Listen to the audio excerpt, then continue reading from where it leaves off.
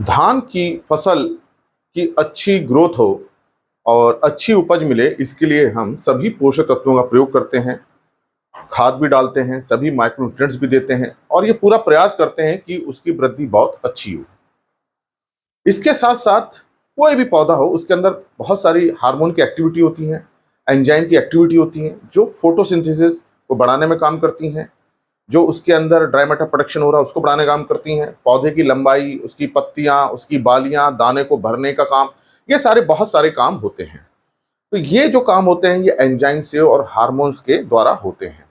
तो पौधे के अंदर प्राकृतिक रूप से इसी तरह के बहुत सारे हार्मोन्स बनते हैं, एंजाइम्स बनते हैं। बहुत सारे हार्मोन बहुत इंपॉर्टेंट हैं, ऑक्सिन है, जिबरेलिन है, इथाइलिन है, ये बहुत हेल्पफुल होते हैं। इसी के साथ साथ प्लांट अपने अंदर कुछ ऐसे कंपाउंड्स बनाते हैं जो इनकी एक्टिविटी, हार्मोन की एक्टिविटी को बढ़ाते हैं।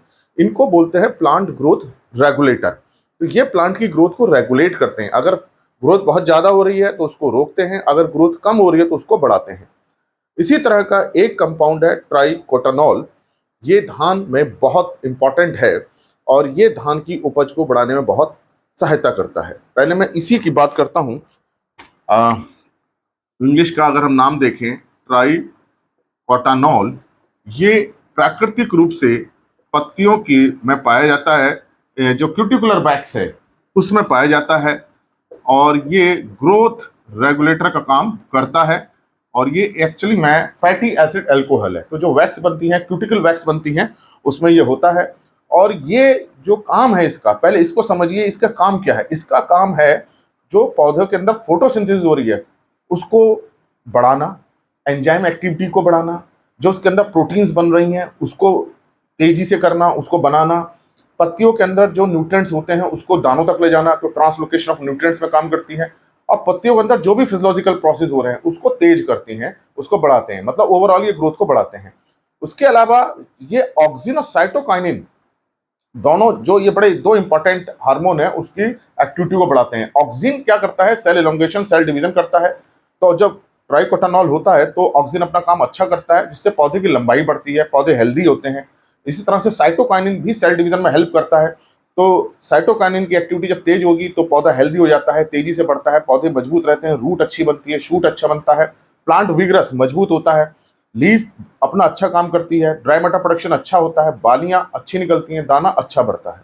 तो ये ट्राइकोटानॉल धान में बहुत अच्छा काम करता है और इसके उपयोग से हम धान की उपज को बढ़ा सकते हैं।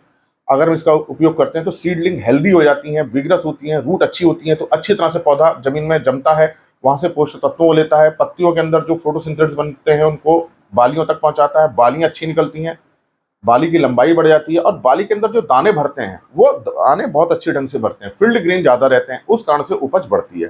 तो अगर हम ट्राइकोटानॉल का प्रयोग करते हैं धान में तो ये एक बूस्टर की तरह काम करता है, एक टॉनिक का काम करता है।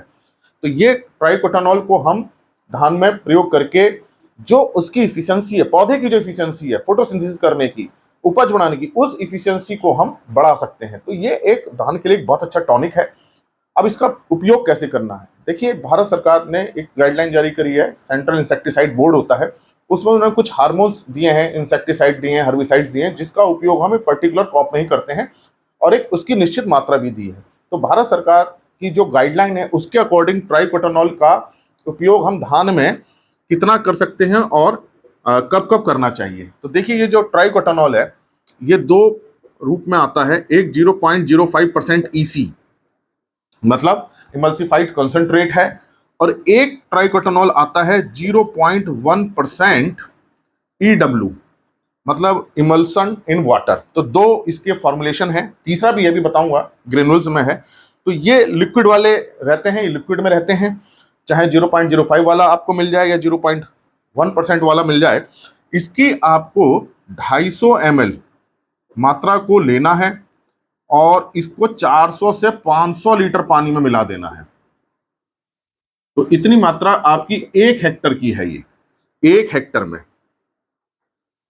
250 ml लेना है, मतलब 1 एकड़ में कितना हो जाएगा? फिर ये 100 मिलीलीटर हो जाएगा 1 एकड़ का।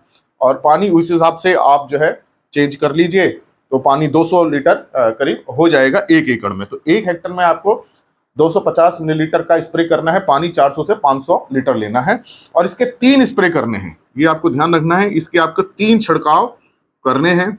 कब कब करने हैं? जब आपने रुपाई कर दिया, रुपाई के 25 दिन बाद, फिर 45 दिन बाद, फिर 65 दिन बाद।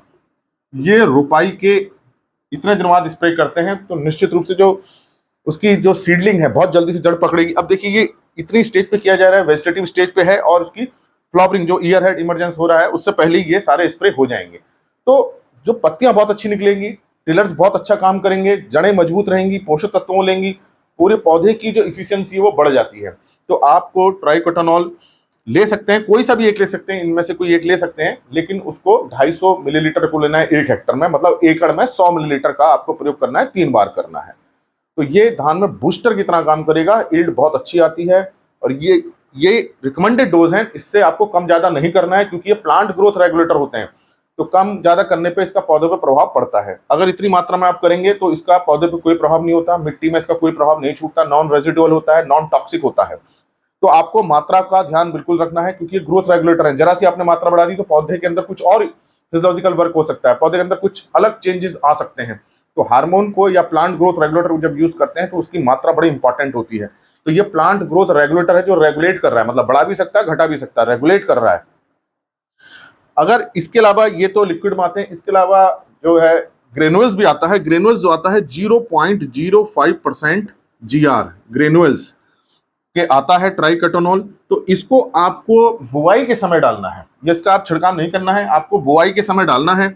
जब आप खेत तैयार कर लें, रुपाई करने जा रहे हो, तब इसको 25 किलोग्राम प्रति हेक्टर डालना है, मतलब ये 10 किलोग्राम एकड़ का हो गया। तो आप इसको भी प्रयोग कर सकते हैं, चाहे सॉइल में डाल दीजिए, अगर आपके वहाँ ग्रेनुअल वाला मिल रहा है तो आप रुपाई के समय इसको डाल सकते हैं 25 किलोग्राम प्रति हेक्टर की दर से, और अगर लिक्विड वाला मिल रहा है तो आप इसके 3 स्प्रे कीजिए।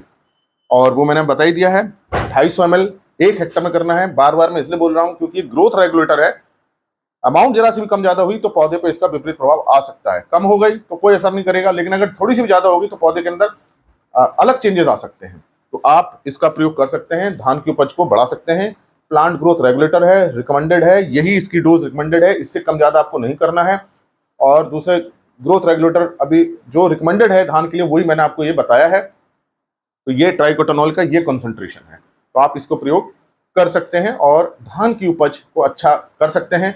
जहां धान की फसल बैठी रहती है, उठ नहीं पाती है, उसके प्रॉपर वर्क नहीं हो रहा है, धान के दाने पूरे नहीं भरते हैं, बालियां छोटी रह जाती हैं, तो वहां आप इसका प्रयोग कर सकते हैं और इससे अच्छी उपज ले सकते हैं। और खास बात यह है कि इसका जमीन पे कोई बुरा प्रभाव नहीं होता है, कोई इसका रेजिडुअल इफेक्ट नहीं होता है, लेकिन शर्त यह है कि आपको इतनी कंसंट्रेशन जो बताइए इतना ही प्रयोग करना है और इतने दिनों पे करना है, तो आप इसके अच्छे रिजल्ट्स ले सकते हैं। इसी तरह की चर्चा के लिए आप कृषि किसान प्लेलिस्ट देखिए और अगर चैनल सब्सक्राइब नहीं किया है तो सब्सक्राइब कीजिए। धन्यवाद।